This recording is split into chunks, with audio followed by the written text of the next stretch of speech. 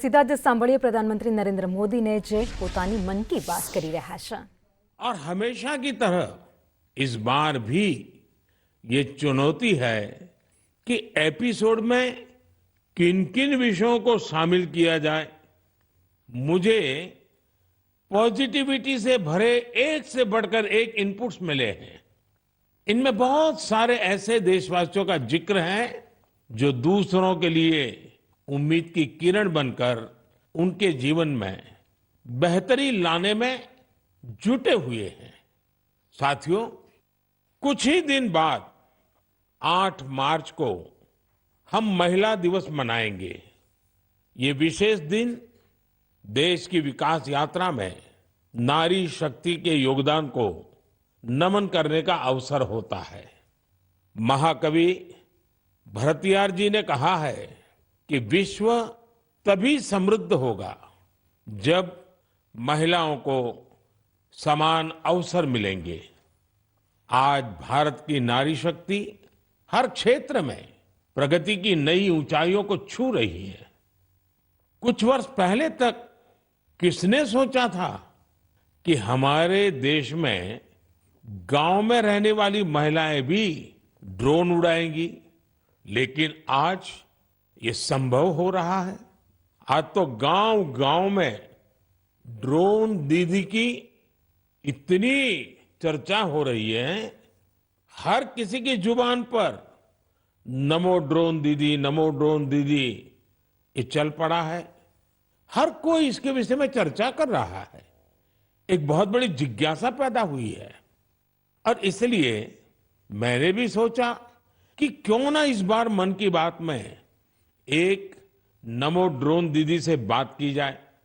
हमारे साथ इस वक्त नमो ड्रोन दीदी सुनीता जी जुड़ी हुई हैं, जो उत्तर प्रदेश के सीतापुर से हैं। आइए उनसे बात करते हैं। सुनीता देवी जी, आपको नमस्कार। नमस्ते सर। अच्छा सुनीता जी, पहले मैं आपके विषय में जानना चाहता हूँ, आपके परिवार के विषय में जानना चाहता हूँ। थोड़ा कुछ बता दीजिए। सर, हमारे परिवार में 2 बच्चे हैं, हमें हस्बैंड हैं, माता जी हैं मेरी। आपकी पढ़ाई क्या हुई Sunita ji? Sir BA final है। और वैसे घर में कारोबार वगैरह क्या है? कारोबार वगैरह खेती-बाड़ी संबंधित करते हैं, खेती वगैरह। अच्छा सुनीता जी, ये ड्रोन दीदी बनने का आपका सफर कैसे शुरू हुआ?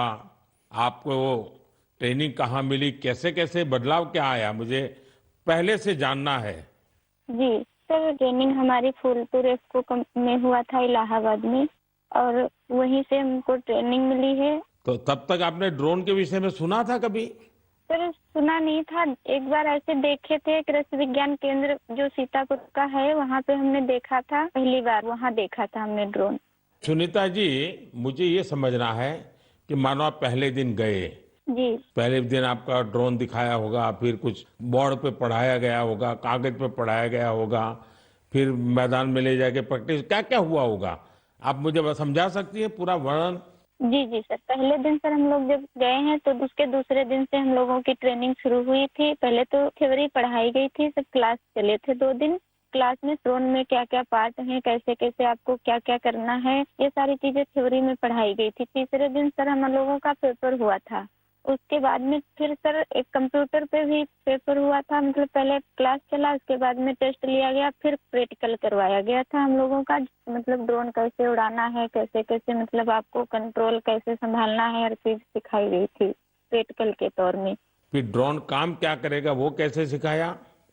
सर ड्रोन काम करेगा कि जैसे अभी फसल बड़ी हो रही, बरसात का मौसम या कुछ भी, ऐसे बरसात में दिक्कत होती, खेत में फसल में हम लोग घुस नहीं पा रहे हैं, तो कैसे मजदूर अंदर जाएगा, तो इसके माध्यम से हम बहुत फायदा किसानों को होगा और वहाँ खेत में घुसना भी नहीं पड़ेगा। हमारा ड्रोन जो हम मजदूर लगा के अपना काम करते हैं, वो हमारा ड्रोन से मेड़ पे खड़े होके हम अपना वो कर सकते हैं। कोई कीड़ा मकोड़ा अगर खेत के अंदर है, उससे हमें सावधानी भी बरतनी रहेगी, कोई दिक्कत नहीं हो सकती है। और किसानों को भी बहुत अच्छा लग रहा है सर, हमने 35 एकड़ स्प्रे कर चुके हैं अभी तक। तो किसानों को भी समझ है कि इसका फायदा है? जी सर, किसानों को बहुत संतुष्ट होते हैं, कह रहे हैं बहुत अच्छा लग रहा है, समय का भी बचत होता है, सारी सुविधा आप खुद देती हैं, पानी, दवा सब साथ साथ में रखती हैं और हम लोगों को सिर्फ आके खेत बताना पड़ता है कि कहाँ से कहाँ तक मेरा खेत है और सारा काम आधा घंटे में ही निपटा देती। तो ये ड्रोन देखने के लिए और लोग भी आते होंगे फिर तो। सर बहुत भीड़ लग जाती है, ड्रोन देखने के लिए बहुत सारे लोग आ जाते हैं। जो बड़े बड़े फार्मर्स लोग हैं वो लोग नंबर भी ले जाते हैं कि हम भी आपको बुलाएंगे इस तरह के लिए। अच्छा, क्योंकि मेरा एक मिशन है लखपति दीदी बनाने का। अगर आज देश भर की बहनें सुन रही हैं तो एक ड्रोन दीदी आज पहली बार मेरे साथ बात कर रही है, तो क्या कहना चाहेगी आप? जैसे आज मैं अकेले ड्रोन दीदी हूँ तो ऐसी हजारों बहनें आगे आए कि मेरे जैसे ड्रोन दीदी वो भी बने और मुझे बहुत खुशी होगी कि जब मैं अकेली हूँ मेरे साथ में और हजारों लोग खड़े होंगे तो बहुत अच्छा लगेगा कि हम अकेले नहीं, बहुत सारे लोग हमारे साथ में ड्रोन दीदी के नाम से पहचानी जाती हैं। चलिए सुनीता जी, मेरी तरफ से आपको बहुत बहुत बधाई। ये नमो ड्रोन दीदी ये देश में कृषि को आधुनिक बनाने का एक बहुत बड़ा माध्यम बन रही है। मेरी बहुत बहुत शुभकामनाएं। Thank you sir. Thank you. साथियों, आज देश में कोई भी क्षेत्र ऐसा नहीं है जिसमें देश की नारी शक्ति पीछे रह गई हो। एक और क्षेत्र जहां महिलाओं ने अपनी नेतृत्व क्षमता का बेहतरीन प्रदर्शन किया है वो है प्राकृतिक खेती, जल संरक्षण और स्वच्छता। केमिकल से हमारी धरती मां को जो कष्ट हो रहा है, जो पीड़ा हो रही है, जो दर्द हो रहा है, हमारी धरती मां को बचाने में देश की मातृशक्ति बड़ी भूमिका निभा रही है। देश के कोने कोने में महिलाएं अब प्राकृतिक खेती को विस्तार दे रही है। आज अगर देश में जल जीवन मिशन के तहत इतना काम हो रहा है तो इसके पीछे पानी समितियों की बहुत बड़ी भूमिका है। इस पानी समिति का नेतृत्व महिलाओं के ही पास है। इसके अलावा भी बहनें बेटियां जल संरक्षण के लिए चौतरफा प्रयास कर रही हैं। मेरे साथ फोन लाइन पर ऐसी ही महिला है कल्याणी प्रफुल्ल पाटिल जी। ये महाराष्ट्र की रहने वाली है।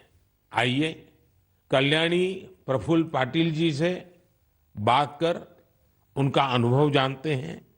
कल्याणी जी नमस्ते। नमस्ते सर जी, नमस्ते। कल्याणी जी, पहले तो आप अपने विषय में, अपने परिवार के विषय में, अपने कामकाज विषय में जरा बताइए। सर मैं एमएससी माइक्रोबायोलॉजी हूँ और मेरे घर में मेरे पतिदेव, मेरी सास है और मेरे 2 बच्चे और 3 साल से मैं अपने ग्राम पंचायत में कार्यरत हूँ। और फिर गांव में खेती के काम में लग गई क्योंकि आपके पास बेसिक नॉलेज भी है, आपकी पढ़ाई भी क्षेत्र में हुई है और अब आप खेती में जुड़ गई हैं। तो क्या क्या नए प्रयोग किए हैं आपने? सर हमने जो 10 प्रकार के हमारी वनस्पति है उसको एकत्रित करके उससे हमने ऑर्गेनिक फवारनी बनाया। जैसे कि जो हम पेस्टिसाइड वगैरह स्प्रे करते तो उससे पेस्ट वगैरह जो हमारी मित्र कीट रहती है वो नष्ट हो रहे हैं और हमारी सॉइल का पोल्यूशन होता है। जो सब केमिकल चीजें वो पानी में घुल मिल रही है उसकी वजह से हमारे बॉडी पर भी हानिकारक परिणाम दिख रहे हैं। उस हिसाब से हमने कम से कम पेस्टिसाइड का यूज करके। तो एक प्रकार से आप पूरी तरह प्राकृतिक खेती की तरफ जा रही हैं।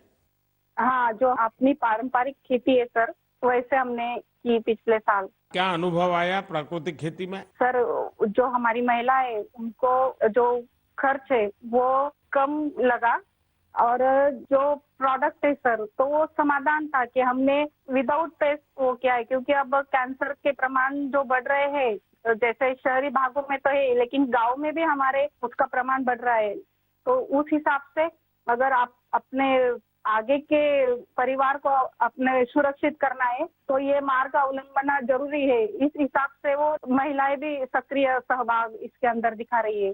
अच्छा कल्याणी जी, आपने कुछ जल संरक्षण में भी काम किया है, उसमें क्या किया है आपने? सर, रेन वाटर हार्वेस्टिंग जो हमारे शासकीय जितने भी इमारतें जैसे कि प्राथमिक शाला हुई, आंगनवाड़ियाँ हुए, हमारी ग्राम पंचायत की जो बिल्डिंग है, वहाँ के जो पानी है बारिश का, वो सब इकट्ठा करके हमने एक जगह पे कलेक्ट किया हुआ है। और जो रिचार्ज शाफ्ट है सर, कि बारिश का पानी जो गिरता है वो जमीन के अंदर परकोलेट होना चाहिए, तो उस हिसाब से हमने 20 रिचार्ज शाफ्ट हमारे गांव के अंदर किए हुए हैं और 50 रिचार्ज शाफ्ट का सैंक्शन हो गया है। अब जल्दी ही उसका भी काम चालू होने वाला है। चलिए कल्याणी जी, आपल्याशी बोलून खूप आनंद झाला. तुम्हाला खूप खूप शुभेच्छा. सर धन्यवाद, सर धन्यवाद. मलाही तुमच्याशी बोलून खूप खूप आनंद झाला. म्हणजे माझ्या आयुष्याचं संपूर्ण सार्थकी लागलं माझं जीवन, असं मी समजते. बस सेवा करा. चलिए, आपका नाम ही कल्याणी है तो आपको तो कल्याण करना ही करना है. धन्यवाद जी. नमस्कार. धन्यवाद सर, धन्यवाद. साथियों, चाहे सुनीता जी हो या कल्याणी जी, अलग अलग क्षेत्रों में नारी शक्ति की सफलता बहुत प्रेरक है. मैं एक बार फिर हमारी नारी शक्ति की इस स्पिरिट की हृदय से सराहना करता हूं. मेरे प्यारे देशवासियों, आज हम सबके जीवन में टेक्नोलॉजी का महत्व बहुत बढ़ गया है. मोबाइल फोन, डिजिटल गैजेट्स हम सबकी जिंदगी का अहम हिस्सा बन गए हैं. लेकिन क्या आप कल्पना कर सकते हैं कि डिजिटल गैजेट्स की मदद से अब वन्य जीवों के साथ तालमेल बिठाने में भी मदद मिल रही है.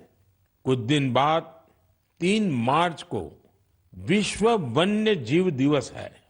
इस दिन को वन्य जीवों के संरक्षण के प्रति जागरूकता फैलाने के उद्देश्य से मनाया जाता है.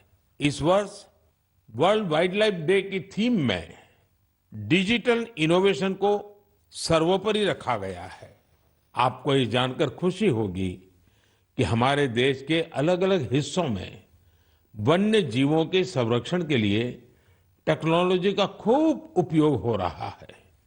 पिछले कुछ वर्षों में सरकार के प्रयासों से देश में बाघों की संख्या बढ़ी है. महाराष्ट्र के चंद्रपुर के टाइगर रिजर्व में बाघों की संख्या 250 से ज्यादा हो गई है.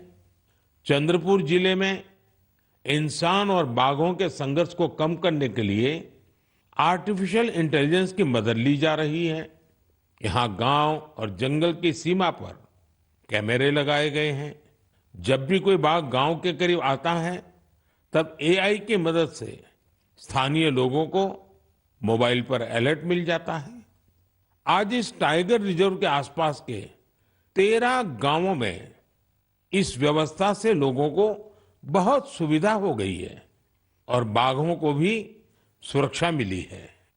साथियों, आज युवा एंटरप्रेन्योर्स भी वन्य जीव संरक्षण और इको टूरिज्म के लिए नए नए इनोवेशन सामने ला रहे हैं. उत्तराखंड के रुड़की में रोटर प्रिसीजन ग्रुप्स ने wild life institute of India के सहयोग से ऐसा ड्रोन तैयार किया है जिससे केन नदी में घड़ियालों पर नजर रखने में मदद मिल रही है. इसी तरह बेंगलुरु की एक कंपनी ने बघीरा और गरुड़ नाम का ऐप तैयार किया है. बघीरा ऐप से जंगल सफारी के दौरान वाहन की स्पीड और दूसरी गतिविधियों पर नजर रखी जा सकती है. देश के कई टाइगर रिजर्व में इसका उपयोग हो रहा है. आर्टिफिशियल इंटेलिजेंस और इंटरनेट ऑफ थिंग्स पर आधारित गरुड़ ऐप को किसी सीसीटीवी से कनेक्ट करने पर रियल टाइम अलर्ट मिलने लगता है. वन्य जीवों के संरक्षण की दिशा में इस तरह के हर प्रयास से हमारे देश की जैव विविधता और समृद्ध हो रही है. साथियों, भारत में तो प्रकृति के साथ तालमेल हमारी संस्कृति का अभिन्न हिस्सा रहा है.